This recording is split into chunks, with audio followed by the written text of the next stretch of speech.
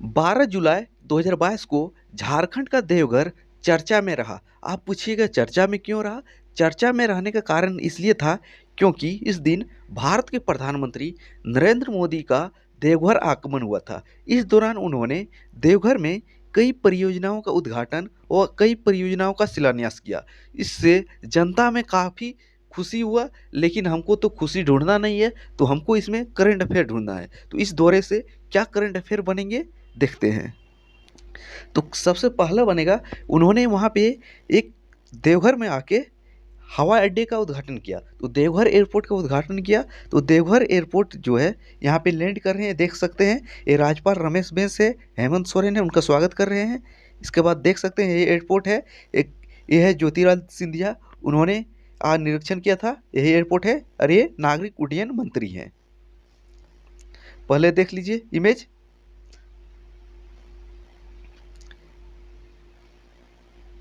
अब देखते हैं, इस दौरान उन्होंने यहाँ पर 16,800 करोड़ रुपये से अधिक का सौगात झारखंड को दिया था। इसमें टोटल 25 परियोजनाएं का शिलान्यास और लोकार्पण शामिल था। तो इनमें देखते हैं, देवघर एयरपोर्ट के बारे में कुछ देख लेते हैं, उसके बारे में डिटेल देखेंगे। तो देवघर एयरपोर्ट के बारे में बात की जाए तो देवघर एयरपोर्ट का शिलान्यास कब हुआ था, बनना कब शुरू हुआ था? इसका बनना जो है 2018 में शुरू हुआ था। शिलान्यास किसके द्वारा किया गया था? प्रधानमंत्री नरेंद्र मोदी के द्वारा ही किया गया था। और इसकी लागत कितना है?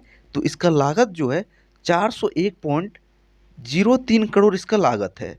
और इसको बनाया है किसने? इसको बनाने में सहयोग एयरपोर्ट ऑथोरिटी ऑफ इंडिया और डीआरडीओ ने मिलकर किया है, डीआरडीओ। तो महत्वपूर्ण सवाल ये बनेगा, इसको बनाया किसने है? एयरपोर्ट ऑथोरिटी ऑफ इंडिया और डीआरडीओ ने। इसका लागत कितना है? लगभग 401 करोड़। और कब शिलान्यास हुआ था? 2018 में। और उद्घाटन कब हुआ? 12 जुलाई 2022 को। अब अगला सवाल क्या इससे बनेगा? अब अगला सवाल बनेगा, यह कितने एकड़ में फैला है? यह जो देवघर एयरपोर्ट है यह 654 एकड़ में फैला है। यहाँ पे एक टर्मिनल बना है जो जिसका आकार वैद्यनाथ मंदिर के आकार का ही है। और इस टर्मिनल में 180 यात्रियों के ठहरने की व्यवस्था है। और इस देवघर एयरपोर्ट से पहली कॉमर्शियल फ्लाइट किस विमानन कंपनी ने शुरू किया है? तो कौन सी कंपनी ने? इंडिगो ने। इंडिगो ने। और कहाँ से कहाँ के लिए किया है? तो उद्घाटन के बाद पहली फ्लाइट जो है देवघर से कोलकाता है। तो देवघर से कोलकाता। और देवघर एयरपोर्ट जो है झारखंड का दूसरा एयरपोर्ट है। और पहला एयरपोर्ट कौन था? पहला एयरपोर्ट रांची एयरपोर्ट है, बिरसा मुंडा एयरपोर्ट जिसका नाम है। अभी देवघर एयरपोर्ट का कोई नाम नहीं रखा गया है, सिर्फ अभी देवघर एयरपोर्ट है। आप देख सकते हैं देवघर एयरपोर्ट, इसका नाम नहीं रखा गया है। लेकिन मुख्यमंत्री ने प्रस्ताव किया है, वैद्यनाथ धाम एयरपोर्ट रखने का प्रस्ताव दिया है।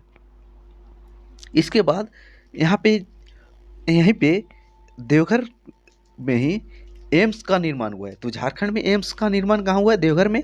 और इसकी लागत कितनी है एम्स की? 1103 करोड़। 1103 करोड़।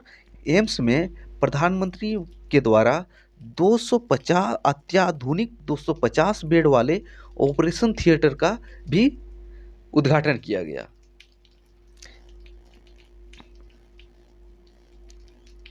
इस इसके बाद प्रसाद योजना के अंतर्गत 39 करोड़ का निवेश किया गया है। तो इसमें क्या है? वैद्यनाथ मंदिर का सौंदर्यीकरण से संबंधित है प्रसाद योजना, जिसमें 39 करोड़ का निवेश किया गया है। इसके बाद गढ़वा से महुअरिया तक 68 किलोमीटर का दोहरीकरण परियोजना की कुल लागत 866 करोड़ है। तो गढ़वा से महुरिया तक 66 किलोमीटर का दोहरीकरण, इसका भी उद्घाटन किया गया। और इस परियोजना की लागत कितनी थी? 866 करोड़। आगे देखते हैं, हंसडीहा गोड्डा के 32 किलोमीटर लंबे ट्रैक का विद्युतीकरण का उद्घाटन किया गया। और इस परियोजना के लिए कुल लागत थी 35 करोड़।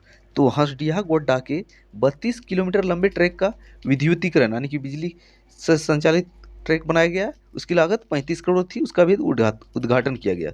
इसके बाद क्या किया गया?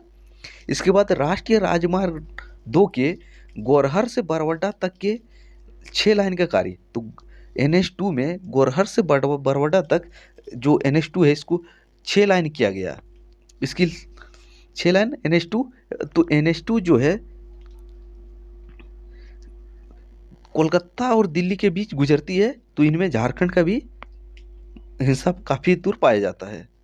इसके बाद देखते हैं कुछ परियोजना क्या था। राष्ट्रीय राजमार्ग टू के रांची जमशेदपुर खंड में रांची से शहर बेड़ा तक के 4 लाइन का कार्य, उसका भी उद्घाटन किया गया है। इसके बाद NH32 के राजगंज चास पश्चिम बंगाल सीमा तक के चौड़ीकरण का कार्य। इसके बाद झारखंड के देवघर में 237 एकड़ में 1103 करोड़ की लागत से एम्स की स्थापना, इसका भी उद्घाटन। यहाँ पे 250 अत्याधुनिक बेडों के OT का उद्घाटन किया गया, ऑपरेशन थिएटर। इसके बाद जगदीशपुर हल्दिया बोकारो घमरा पाइपलाइन के बोकारो अंगुल प्रखंड का उद्घाटन आपको और यह योजना किसके द्वारा बनाया जा रहा है? यह गेल के द्वारा सहयोग से बनाया जा रहा है। गेल के सहयोग से बन रहा है जगदीशपुर हल्दिया गैस पाइपलाइन। आगे है बरही व बोकारो में LPG बॉटलिंग प्लांट का उद्घाटन। तो बरही कहाँ पे है? बरही हजारीबाग डिस्ट्रिक्ट में है। यहीं पे बरही और बोकारो में LPG बॉटलिंग प्लांट का उद्घाटन किया गया है। टोटल लगभग 25 परियोजना का उद्घाटन और शिलान्यास हुआ है। इनमें कुछ प्रमुख देख लेते हैं। तो 447 करोड़ की लागत से रांची रेलवे स्टेशन की नवीकरण की योजना, इसका शिलान्यास किया गया है। इसकी लागत है, रांची रेलवे स्टेशन की नवीकरण की योजना है, इसके लिए 447 करोड़ लागत आएगी, इसका भी शिलान्यास किया गया है। इसके बाद राष्ट्रीय राजमार्ग 23 के पलमा गुमला खंड के 4 लेन का शिलान्यास, यानी कि राष्ट्रीय राजमार्ग 23 जो है पालमा गुमला खंड के, उसको भी 4 लेन किया जाएगा। तो रांची शहर में एलिवेट कॉरिडोर के निर्माण का शिलान्यास हुआ है, इसके बाद 4 लेन गढ़वा बाईपास के निर्माण का, उसका भी शिलान्यास हुआ है। इसके बाद राष्ट्रीय राजमार्ग 80 के मिर्जा चौकी से फरक्का तक की 4 लेन सड़क का शिलान्यास। इसके बाद ONGC के Parvatpur Bokaro gas collecting station Jharia block का निर्माण। तो इसमें सबसे महत्वपूर्ण जो सवाल एग्जाम के लिए पूछे जाएंगे देवघर एयरपोर्ट से, तो देवघर एयरपोर्ट से एक बार रिवाइज कर लीजिए। ये देवघर एयरपोर्ट रहा। तो इसकी लागत कितनी है? लागत जो है 401.03 करोड़। बनाया किसने है? DRDO और AAI ने, एयरपोर्ट अथॉरिटी ऑफ इंडिया। इस कितने भूभाग पर फैला है? 654 एकड़। और पहली कॉमर्शियल फ्लाइट किस कंपनी ने शुरू की थी? इंडिगो। और कहाँ से कहाँ तक? देवघर टू कोलकाता। और झारखंड का दूसरा एयरपोर्ट है। तो मिलते हैं अगले वीडियो में, तब तक पुराने वीडियो देखते रहिए।